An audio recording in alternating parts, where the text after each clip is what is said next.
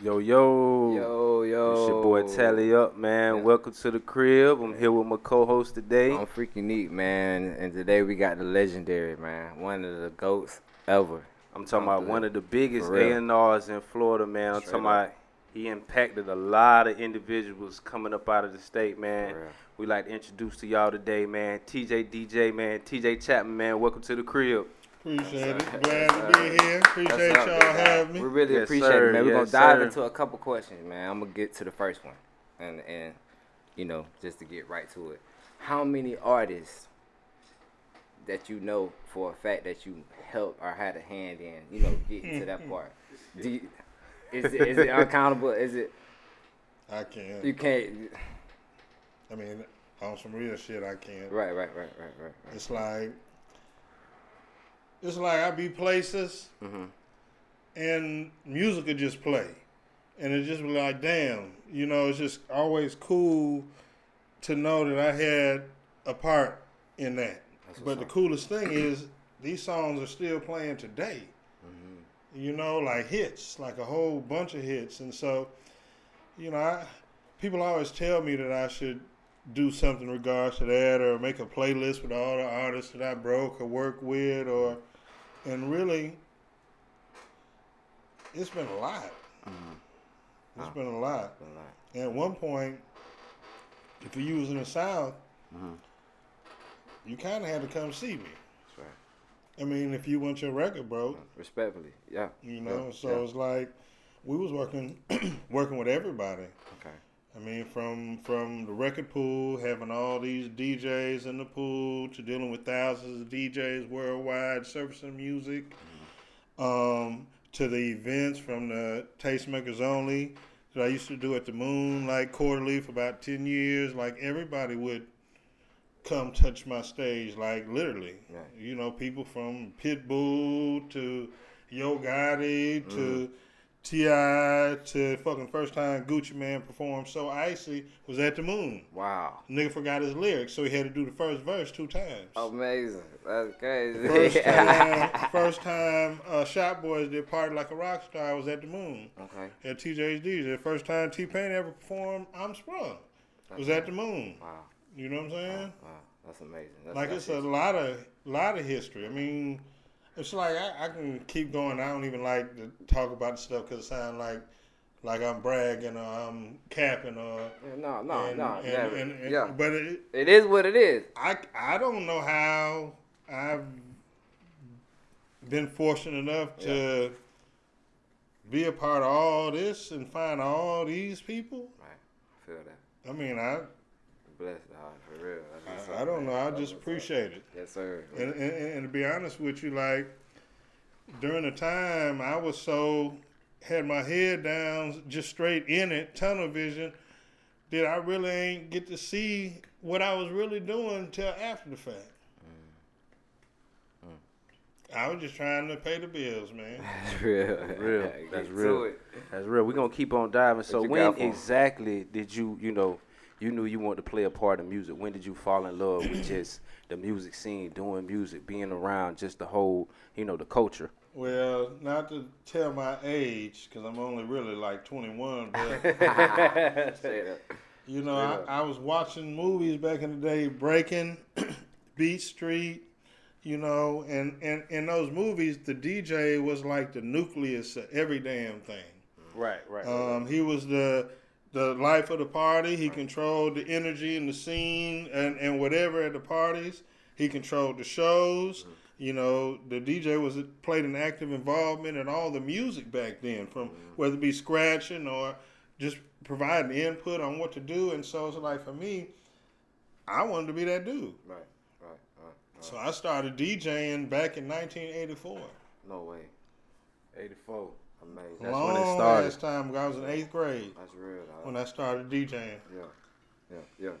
And then it was just DJing in high school to coming here and DJing a house party, and Beatmaster Clay D was at the house party, and he liked me and asked me to come DJ at his club in Tallahassee. He was opening a new club, Club Hollywood. It was right on White Drive and Tennessee Street. He wanted me to come there the DJ. And so I was just like, damn. The next thing I know, he asked me to be his show DJ. You know, and then it was just progression. I became his road manager. Damn. Then I became his manager. Damn. And then shoot, everything just. That's history, bro. We did Went not from know. there. I did not know that, dog. That's. I mean, I started been down managing since Clay 84. D. Yeah. I started managing Clay D in 1992. And then from managing Clay D and being in Miami and all that stuff with him, I met Prince Raheem. I started to manage him. I signed him to Island Records in 1993. And then that's when I started managing Total Chaos. And so I managed Chaos for a long time. You know, and I had a whole bunch of different groups like Crazy Legs. You know, he did Loose My Money, honey. With Come Raheem. on, bro. That's real shit. Yeah, right definitely there. remember That's Chaos. Well, that's my Yeah. days. There. Yeah, no, that's real. Dynamite, If You Got a Lot of Booty. Yeah. If You Got a Lot of Booty with Big Ace from Yeah. Jam Pony. Like I used to manage that's Dynamite, classic, I managed bro. Crazy Legs. Yes. So it's like I got history. History, bro. That, like you say, before we started, that's still get played today. You know what I mean? Like still get played. You know what I mean? Yeah, seriously. So, you know, speaking of the TJDJs and like the big record pool, I remember going to, you know, is that how you built a lot of relationships? Like that was really kind of everything. Like and and to be honest, I really ain't want to do the shit. Wow. I was part of this. I was part of this DJ coalition. Okay. And I mean, it's DJ pool, record pool coalition. Excuse me, for all the record pools, and to be part of it, they wanted me to have these meetings and shit. And I ain't want to have no damn meeting, man. Like, well, we gonna get together and chop it up? Like, nah, I ain't want to do that shit. But then it got to the point where they kept warning me, kept asking me to do it, and I wasn't doing it. And they warned me. So they was like, listen, we gonna kick you out of the coalition, TJ, if you don't have these meetings. No. And so then I was like, okay. So I did it. You know what I'm saying? Had the Silver Moon Lounge, a little lounge on the side of the moon. First time we did it, we had like 25 people that came, DJs and some artists, and it was like, damn, this, you know what, this is pretty cool. So I did it again. So the next thing I know, we had 50 people. Then I did it again, 100, 150, 200, and it just kept getting bigger until one day Vaughn, DJ Ace at the Moon, came to me and was like, hey, TJ, we can't let you do your event in Silver Moon Lounge no more. What? And I'm just like, damn, Vaughn, you know, like, this shit is dope. Like, no, come on, you tripping. Yeah. He's like, nah, man, we got to move you to the big room. I was like, the big room? Fuck that, man, shit. I ain't going in the big room. He was like, man, you ain't got a choice. Yeah. I was like, damn, okay. So the next event, we did the big room. And that bitch was slow. And I'm just looking around like, man, I told this nigga we shouldn't have did this shit. And the next thing I know, that bitch just filled up. Poof. Whoa. And I'm just like, oh my God, like, damn. Yeah. And the shit just kept growing. I used to pack out the moon every time I did it. You did. You know what I'm saying? Like, literally, pack that bitch out. But a whole bunch of rap people, DJs, and media. Yeah. I mean, people in Tallahassee wouldn't even know it was happening. Right. I didn't advertise. I didn't. Right. These are people that came from everywhere else. Yes. Yeah. And to converge on our city. Right. You know, I mean, so many people like David Banner and, I mean, shit, everybody would come down. Yeah. You know, but people wouldn't even know they was here. Yeah. I remember the time that I would sell out every time on performance slots. And I remember the time that Pitbull came and he wanted to perform. And I had to tell Pitbull, hey, bro, I ain't got no room for you at the stage. Damn. And now this man, a worldwide superstar, that's my dog. But I couldn't let him perform. Like, because our shit used to be jumping. Was this at the beginning of his career? Mm-hmm. Okay. Yeah, but that's amazing. I mean, and later in his career, I couldn't have said no to him. Yeah, right.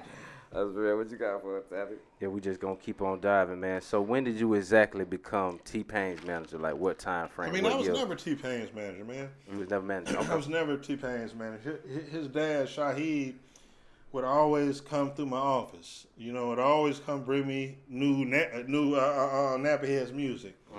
And he just get my opinion, you know, and I'd always tell him, okay, well, that's cool, that, whatever, you know, that's straight, that's good. You know, he would always come through. But one day, well, first off, my man Saxwell, rest in peace, DJ Saxwell, he told me Payne was singing. He was like, hey, man, you know Payne's singing. I'm like, Payne's singing? And I was like, all right, man, whatever. And then he came through my office and played me some shit.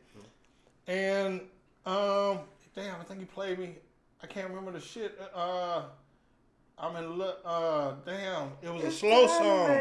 Time to Make Love. Oh, man. That was before Sprung. Okay, He didn't even have Sprung yet. Yeah, that you got to be You know in what the I'm saying? He didn't have right Sprung there. yet. Yeah. And so, and I'm just like, damn, this shit sound good. Yeah. But I'm like, how the hell T-Pain gonna sing slow songs?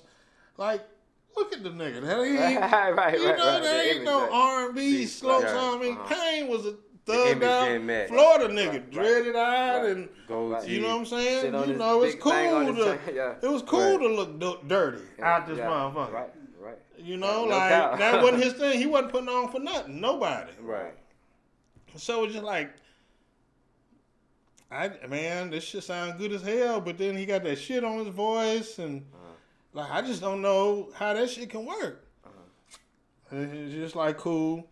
And then Shaheed had came through again. He was like, TJ, here. He left me a CD. He was like, listen to your songs. Hit me up and tell me what you think. So then I listened to the music, and I heard I'm Sprung.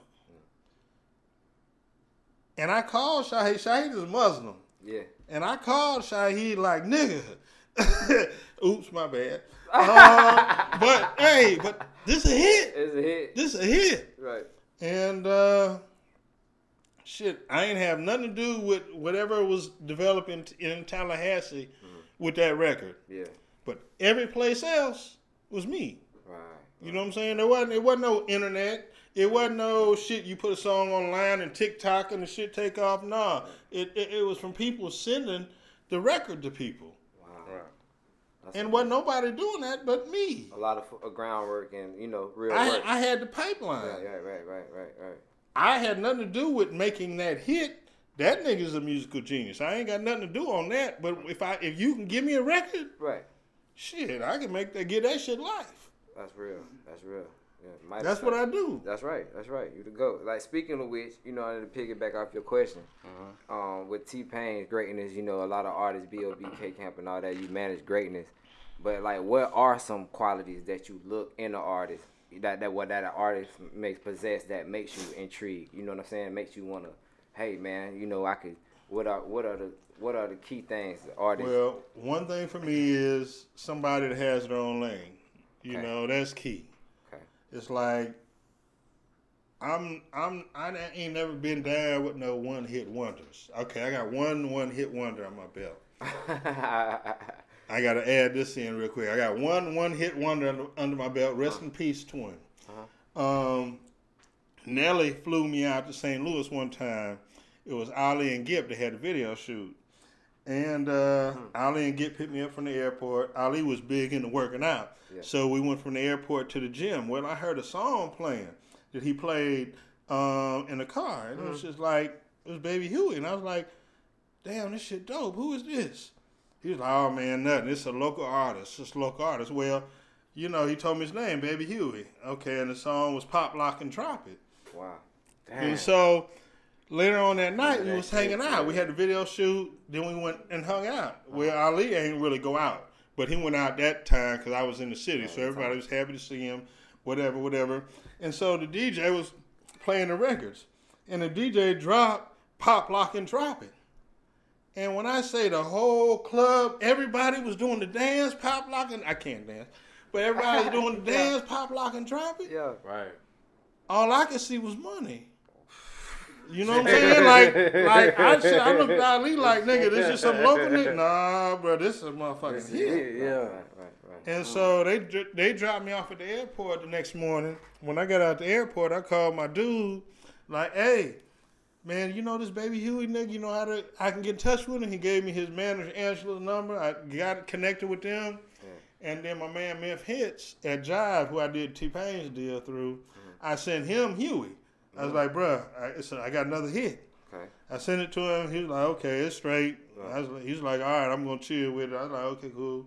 About 2 weeks later, he was like, man, I think you're right again. I'm about to go to St. Louis this week.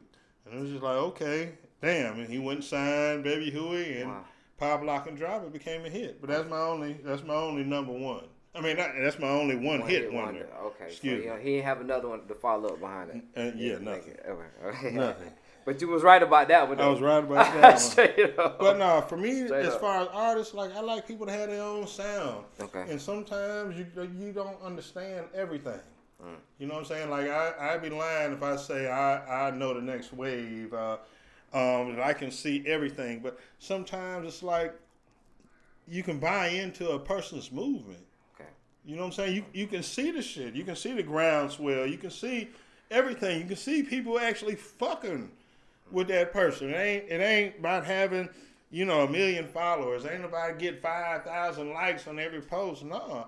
But it is about engagement. Right. And as I say this, I'm talking about how I look for people now, because back in the day, we ain't had none of that shit. So it was just about gut in the person's ear. Right.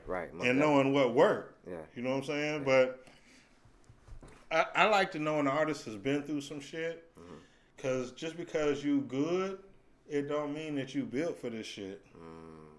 You know, it take a special person to be built for this shit. Yeah. You know, like, niggas can be good. I remember when Payne first got his deal, and, he just wanted to damn perform and be Payne.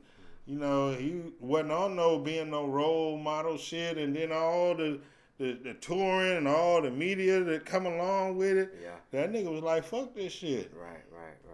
He wasn't even down with that shit. But that's what's, to make it big, the work that's required, man, that shit is a whole lot. And you have to be able to balance your business with your personal, and that right there takes talent in itself. Okay, I feel that. They do. Yeah, most definitely. So we just gonna continue keep diving, man. We got a lot of youngsters in the city, a lot of young cats trying to do this shit, man. What artists is from Tallahassee that's just been kind of standing out on your radar lately? If you have, the shit obvious. Lil Tyler killing the fucking game. Okay, shouts out to Lil Tyler. I, to be honest, like, it's a whole new wave, and I never imagined that I see this day. You know what I'm saying? That what my fucking city doing. Right. That was a goal of mine. Right. And anyway, I can try to help the city and the people in the city. Like, I'm down for it, but still, I never imagined that it'd be like this right now. Yeah. Right. And so Tyler killing the game. I mean, shit, a lot of people got motion. Boston got motion. Yeah. Wiz got motion. I mean, a lot of people got motion. I really like the Melody Girl. Like, she nice. She bubbling. Yeah, gotta get on the show. And I keep seeing her goddamn posting videos in Miami. Not really saying what label that is. Right. I seen a whole lot of it, so I kind of figure she's gonna sign a certain place if she hasn't already. Right. That's real. Right. But her numbers steadily going up. Her content game getting good.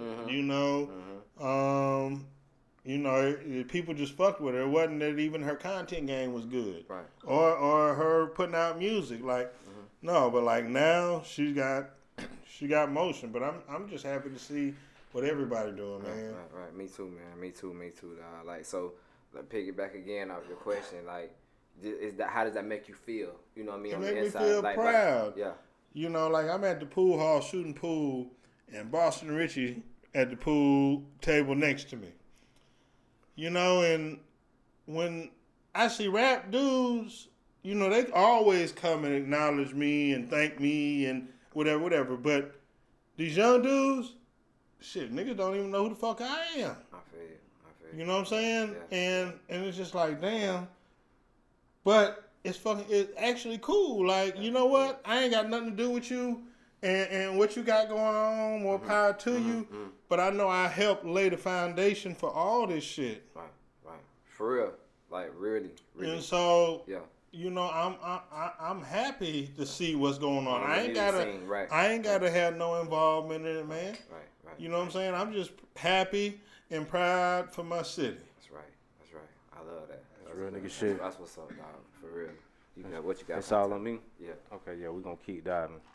But yeah, man, that was some real shit, man. Real. So the next question I got for you is how do you feel about, you know, this generation of contracts that these guys are signing right now, with everybody signing? Do you feel like the deals is fair? Or are they shaped up a little different from when your generation started signing contracts? I mean, it's got to be different because there's a whole bunch of different factors now when it comes to streaming and just digital, all that shit. We didn't have digital. Right. You know what I'm saying? We didn't have streaming. There wasn't no Spotify. Right. You know, there wasn't no Pandora and all that shit. Mm-hmm. People went to the store to buy what they bought. Right. You know, so they had to really want it. Now, if you hear something and it sparks your interest, you can just get that shit right then. Right. You know, it wasn't like that. You had to really want it and go get it to get it. Right. These contracts, really, it's like the industry now is doing. There's no standard. Mm-hmm. It's all about your leverage and your ability to negotiate. Right. You don't get what you deserve. You only get what you negotiate. And what you can negotiate depends on how much leverage you have in any situation where they have to do what they have to do to get you.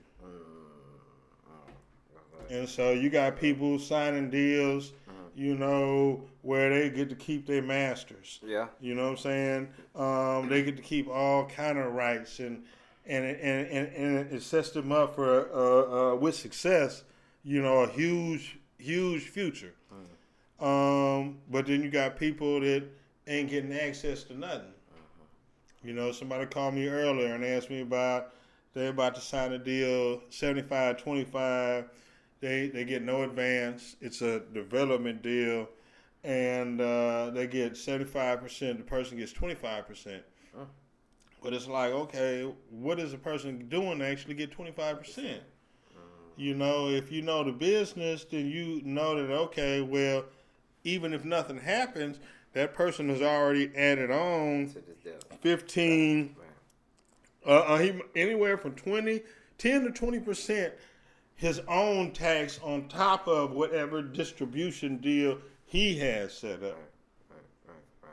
You know, so it's just like where you could sign with somebody, just say you did a deal and you went with United Masters. Okay, well, you know what? You're getting 100%. You know what I'm saying? So it's like when you start making money, them little percents, let alone 25%, just 2-3%, can make a lot of fucking money if you are successful. Yeah, that's real. With that being said, like, how do you feel like is with this war? Is it like labels versus the monster of the internet that we have now? You know what I'm saying? Like, is it who's winning that race? Like, what do you know what I mean? Since, you know, a lot of independency. It's not a war. Mm-hmm.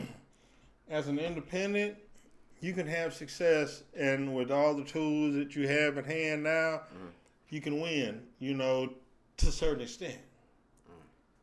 You know, but when you talk about a major that may have a staff of 250 people, and it's going to put millions into your record or your campaign. What you doing independently, spending a few hundred or $1,000, a couple $1,000, man, compared to some millions, right. And 250 people compared to you and your homeboy, yeah, bruh, that shit don't compare. Yeah. When you can become a priority on a major label, what they can do is fucking amazing. Yeah. And then it's like, okay, you know, it's like I hear artists all talking all the time. Number one, you know, nigga, I'm going to keep my masters. Okay, nigga, keep your masters. But shit, if they ain't worth nothing, what good is you keeping them? Who gonna want them? They gonna die. You can have 100% of some bullshit. Right. Straight up, though. You know what I'm saying? Yeah. Like, so it's like all these people talking about keeping their masters. You know what? I ain't gotta keep my masters. Yeah. If you can go ahead and blow me the fuck up, so I can do damn multi-million-dollar endorsements, and I can get $200,000, $300,000, $400,000 for fucking 60 minutes performing, and then shit. All right, fuck it. Right. You know, Right. fuck it. Right. It's like You gotta be built for it, like you said earlier. You gotta understand the business and how this shit works. You know, people have their own interpretation of how things are, and it sounds good, and it sounds good when I hear you talking. But if you know the business, what you're talking about sounds stupid. That's real. You know, so, you know, teach their own. But once again, I'm proud for all the young That niggas. was what's man. up. That was Shit. up. What you got for him, Tyler?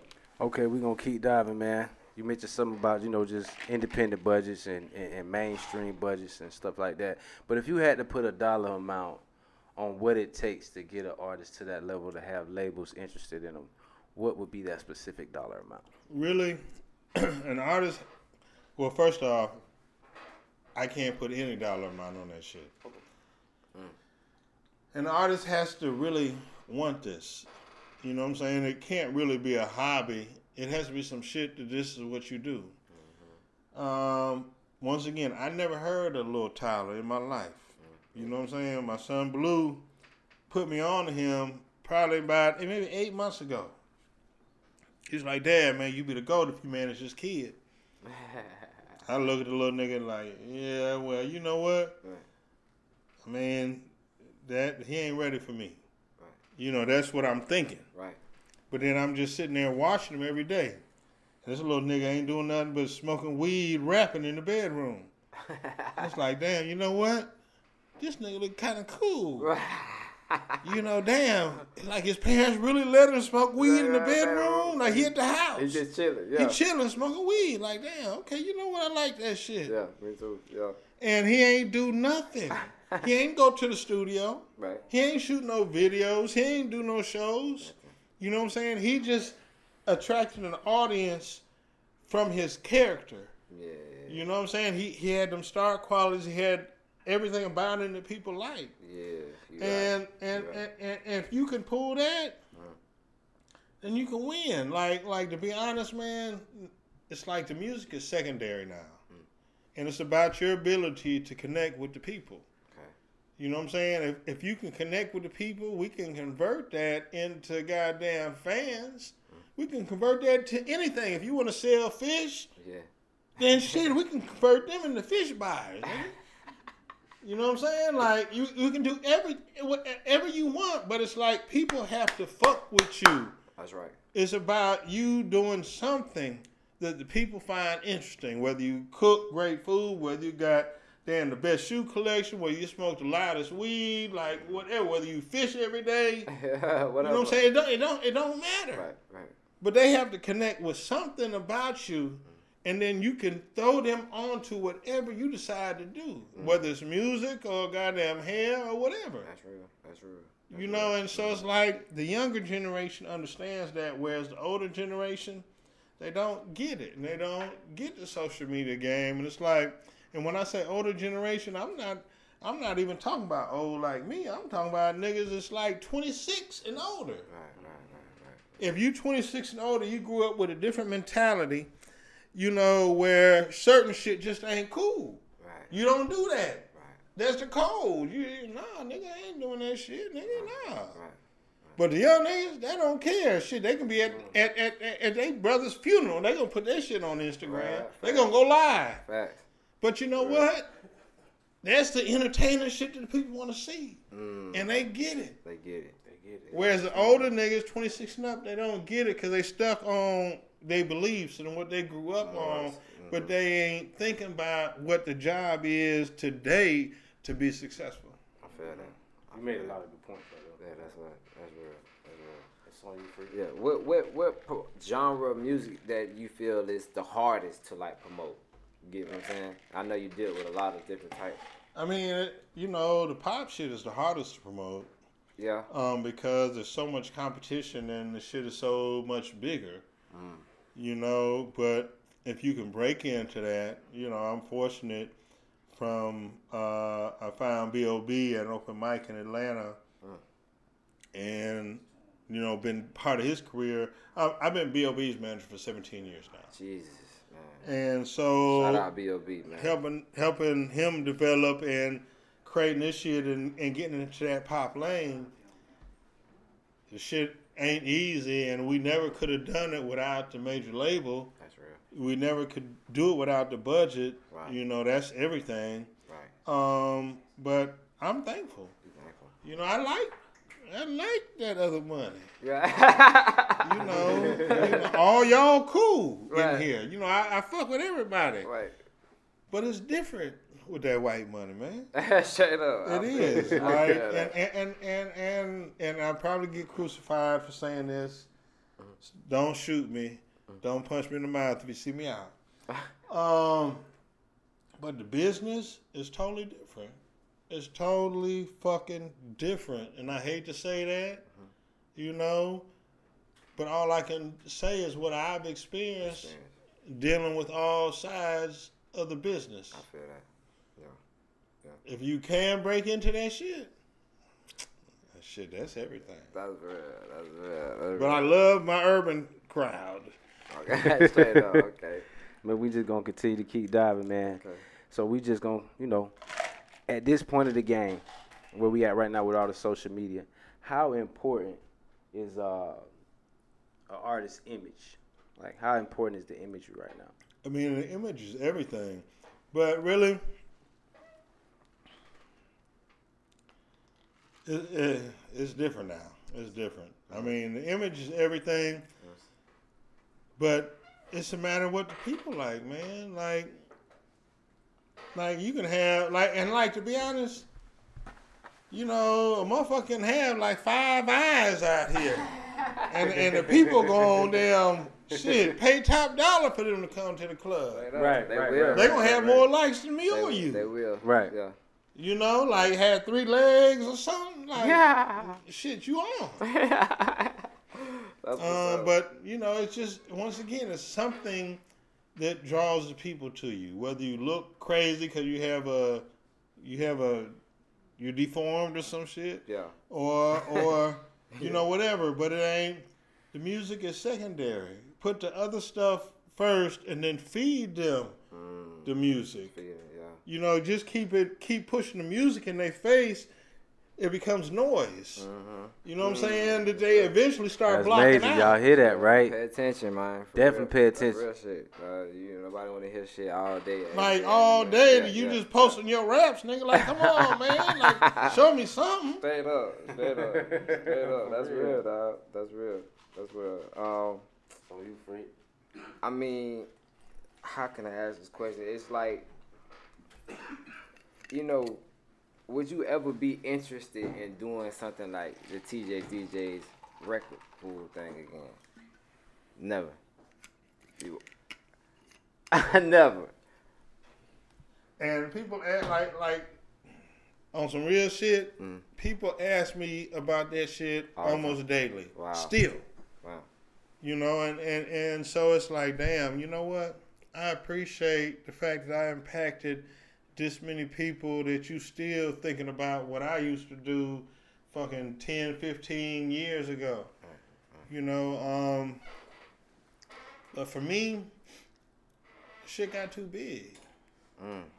Like it got too big. Like, I mean, I did TJDJ stuff here, but then I started an event called the Ozone Awards. Me and Juliet Beverly, we started an event called the Ozone Awards. Damn. So 06, we did Orlando, 07, Miami, 08, Houston. I remember that, yeah. And Houston, this shit was fucking huge. Wow. It was just like, oh my God, like, yo, like, we did this. Wow. And I had so many issues, dog. To everybody that went was like, damn, TJ, nigga, I want to be you. Like, boy, you lit, like, da-da-da. Yeah. But they ain't know the insides. Okay. And I had so much shit, like, matter of fact, Rick Ross slapped DJ Vlad at my event. Wow. So I had a lawsuit About from that. Wow. All right. Hey, that's crazy. Motherfucking Trader Truth punched Mike Jones in the mouth at our awards show. And you have to deal with all of this. So I had a lawsuit pending from that. At the awards after party, Boosie and his crew kicked some niggas asleep in the bathroom at the club. So I had some lawsuits from that. God damn. I'm talking about one night, man. One night that shit was so lit. Like the club was so packed. Yeah. That all these people that bought weekend passes from me couldn't even get in the club. So then it was like, oh shit. They turned out. They so like they tripping because they can't get in. Right. Because that bitch live is full. Right. And then I got fucking T.I. manager, rest in peace, Clay. He just passed. Clay wanted to get extra money. You know, and then what we agreed on in the first place was like, bro, I ain't got it. I can't do nothing. Yeah. To my motherfucking money missing from the door. Yeah. The whole money. Yeah. Now we sold out. Wow. The whole bag of money gone. Gone. Damn. And so it's just crazy. Like, damn, to niggas selling bootleg weekend passes and shit. That's why people couldn't get in. I didn't oversell it, but it was all the bootleggers that got in the event that kept people from being able to get in. Damn. See, people don't know all this right And then the next night, I had another party. That bitch was sold out. And, man, we was counting the money backstage. You know, I probably shouldn't even say this. Oh, we get on record. I probably shouldn't even say this, but I ain't even going to say who he was. Okay. But nigga walked in talking about, with a gun, talking about where my money. Oh, man. And I'm just like, your money, bro. Like, this our money. What the fuck? What's going on? Right. He like, no, that's my motherfucking money. And then the old girl, Julie, who's my business partner, who owned Ozone Magazine, she was this sassy-ass white girl. And she ain't take no shit. So then all of a sudden, she cussing him out. Nah, motherfucker, this our shit. And I'm just like, chill out. Baby, chill out. Nah, we gotta get out of here. Right. But luckily, we had some people that was out in the parking lot waiting on us. So they came in, and then that's when old boy dipped, because they had heat on them. And old boy dipped after that shit. Yeah. That's crazy. I seen that nigga a whole nother time. I was down in Houston for a core DJ retreat, and he came up to me, and he was like, yeah, nigga, you remember me, don't you? And I was like, yeah, you the dude from Rap. You the dude. Man. My fault. It's this shit. Rockefeller. I was talking about Rockefeller. But, hey, but he was just like, never mind. I ain't even gonna tell him no more. Okay, but that's just off. That stems off from the question you get daily. I didn't even know how to ask you death that. threats. Wow. You know what I'm saying? Niggas was talking about, I can kill you right now, nigga, right here. Wow. And we had a fucking event. And they were talking about, like Houston is rough, dog. Houston rough. And yeah. I ain't gonna say nothing else. But all good. Yeah. But you get asked that. But the shit put me out of the game. Okay. Got too big. It was too big. On the day of event, the fire marshal called me. Not the fire marshal, the civic center called me. Okay, yeah, you paid for this event and paid for everything, but y'all didn't pay for electricity. Damn. What the fuck? What the hell? We paid for everything that y'all said. Right. Y'all ain't paid for electricity. Electricity gonna cost this much more. Wow. It was like, yo, like what the fuck? You like know, then the fire marshal was tripping. Yeah. So we had to slide the fire marshal some extra money. Then the night award show, I think it was the James Carr Center, whatever. It's from downtown Houston. It holds 3,500 where we was having awards.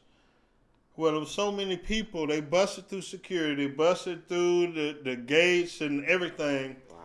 We had like 5,300 people inside the award show that was only supposed to hold 3,500.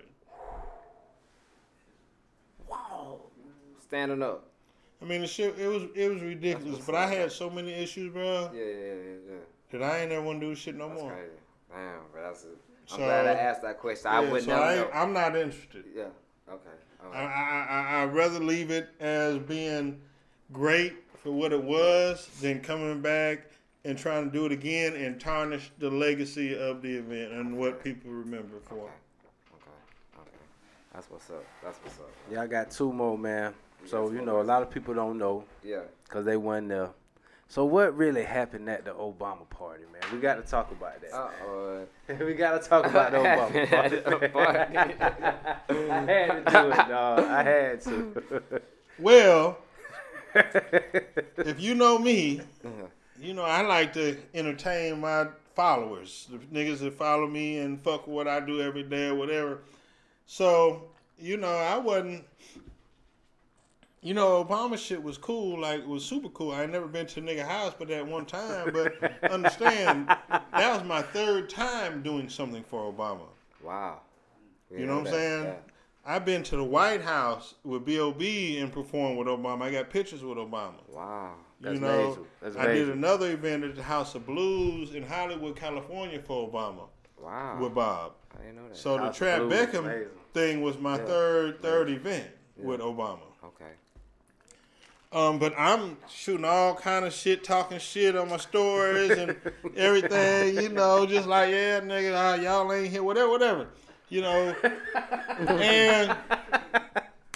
now the people did tell me, hey, you guys ain't supposed to be taking no pictures and no content or whatever. And I'm like, okay, cool. Uh-huh. So when we got there to his house for the day we went to his house the day before for sound check and all that shit. But when we got there the day of the event, I kept seeing everybody who walking in was going to this table and they was getting these little bags and they had to put their phones in the bags. And they was locking electronically that didn't open until they left. But I didn't know that. I just thought that was cool, whatever the fuck they was doing. Yeah. But because we was performing, they didn't take our phones. Okay. They took everybody's phones but the performers. Wow. And so, shit, I'm back there. We had to get there early because it was a surprise for Obama. Because Obama, one of his favorite songs was Birthday Bitch. They said he walked around the office singing it. So that's why they wanted us to come. That's crazy. Then we made a special version called Birthday Prayers. Changed it up for Obama. But, they took us on a cart.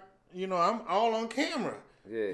I'm like, hey, man. It's like, hey, yeah, we taking you to the green room. And I'm like, green? What that mean? There's weed in there? And the driver was like, he. We got some weed for you, though, man. We got you that weed. We got you some weed and a bottle of Hennessy in the dressing room. That's amazing. And so I'm like, okay. Shit. I'm like, all right, cool.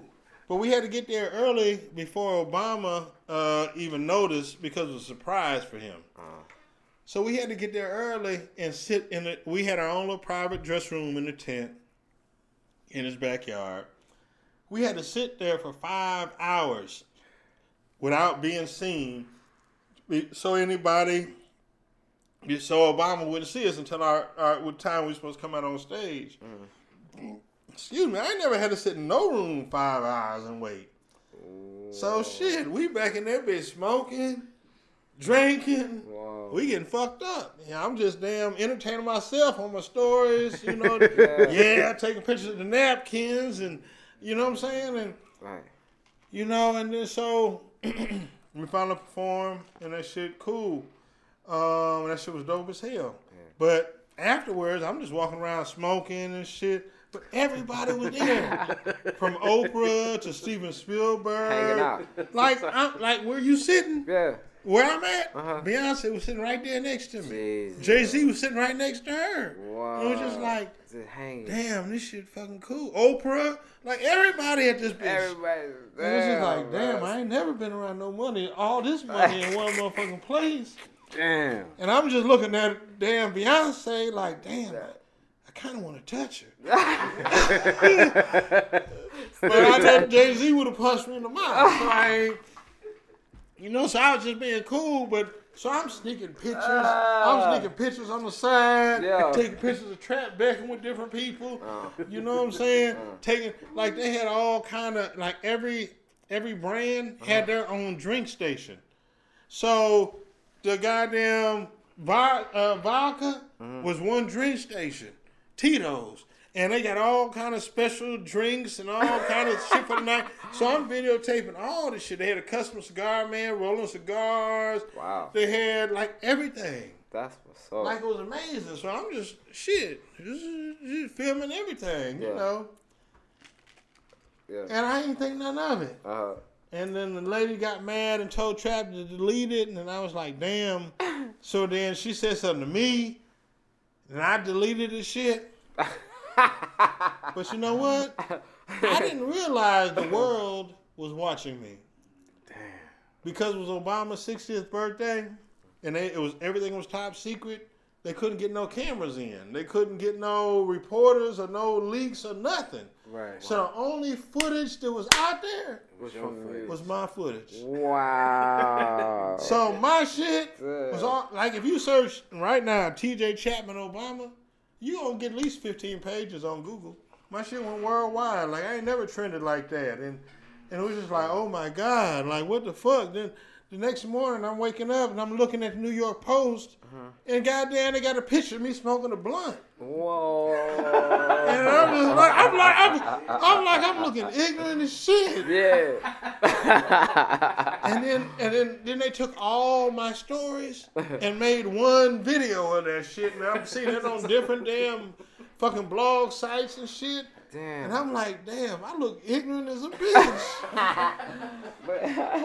But you was in this, you was in the And place. then niggas was mad at, like, Damn, it was that's just crazy. like, it's like, if you smoke weed, Yeah. then I was like the coolest nigga in the world. Like, nigga, like, you the fucking legend, nigga. My nigga, like, you smoking weed at Obama's. Like, niggas don't do that. You the legend. But then I got motherfuckers that support Obama. It's like, oh, yo, man, that shit is ignorant. Like, you giving the white people, Right. you know, an angle on him and something to talk about him about. And then I got the white people that's hitting me. Death to you, motherfuckers. No. And it's like, well, damn. Yeah, you caught a lot of heat off of that. Like, damn, I'm fucked up. Right. And then Obama people calling me, they put a gag order on me, so I can't talk about the shit. I can't interview with nobody. I can't do nothing. And it's just like, damn. And so the next thing I know, my fucking Will Packer hit me. Talking about, TJ, man, that's disrespectful, dog. You shouldn't have did that to, what he call him? Obama's like the 60th or 56th or something president. And so that's what his people call him. They don't call him Obama. They call him the number. Wow. And so Will like, man, you shouldn't have did that to the 57th. Damn. And when we was hanging out with him at the White House, and we ain't post nothing about that. You know, what we did with him is private, and it ain't everybody's business. And, man, you should take that shit down. And it's like, damn, Will? Like, damn, bro. I wish I could have understood my impact on the game that I was having. Because I would have monetized it. I'm straight. But Right. I missed out on a lot of shit. Like, even the beginning, even the B.O.B. stuff. Like, when that shit was taking off, like, all we was focused on was trying to keep up with what was going on. I'm talking about we was in different countries every day, like doing radio, doing clubs, and then having to catch a 6 a.m. flight, go to the next country. Wow. And I'm talking about I'm so tired that my eyes ain't doing nothing but watering, but I'm just trying to keep up. Right. So it's like you don't always see what's actually going on outside you. You know, like we had an interview with Billboard magazine for Bob, and they were just, where is he now? And it was recapping the shit, and they was talking about how he had 3 records in the top 10 at one time. Not the R&B top 10, the overall Hot 100 top 10. Number 1, Nothing on You. Number 2, Airplanes. And number 8, I think it was Magic. It was like, damn, I ain't realized we had 3 songs in the top 10 at the same fucking time. You know, like, I mean, it's just so much shit that when you're doing it, you don't see, man. It's like you just got your head down, tunnel vision, trying to make whatever it is happen. I feel that. Okay. You know, and so it's just like, damn. It's like I realize a lot of shit now because people make me realize, but I wish I would have realized it earlier because I really could have capitalized on it more so than the way that I see people capitalizing, copying off what I do now. I feel that. Yeah. Definitely, you know, a trailblazer for that. You know what I'm saying? Straight up. Yes, sir. Yes, sir. That's my last and final question. So what's up next for TJ, man? You know, that's a good question, man. Really, I've been doing this shit so long and done so much that nothing really excited me anymore. I was just kind of going through the motions, doing what I was responsible to do every day with Trap Beckham and B.O.B, making sure they shit right. I wasn't trying to take no new projects. Everybody was trying to give me money to do shit. I ain't interested. You know what I'm saying? But I went to South by Southwest. And I seen some people perform, and I was truly inspired. And so one of the people I saw perform, I manage her now, and I'm signing her. Her name is Real So Candy. Okay. She's amazing. I'll check her out. You know what I'm saying? Yeah. She's amazing. Yeah. And so it's like, it's great for me to be excited again. Okay. Because I don't get excited about nothing. Okay. You know what I'm saying? I don't get excited about shit. But to be able to get excited and to be able to find somebody to actually recharge me, it's actually exciting. And so the next wave for me is Real So Candy. Stay tuned in. I still got B.O.B. I still got Trap Beckham. You know, but I'm really excited about this new endeavor that I got. That's what's up, man. You got one more free? Nah, I'm actually out on, man. You know. Well, man, we definitely appreciate you coming by, man. We do. Shedding light. Welcome to the crib, man. For real. TJ Chapman, man. Welcome to the crib, man. Yes, sir. Thank you, dog. Anytime, and I'm happy to do whatever to support my city. Yes, sir. Yes, sir, man. We're going to wrap it up.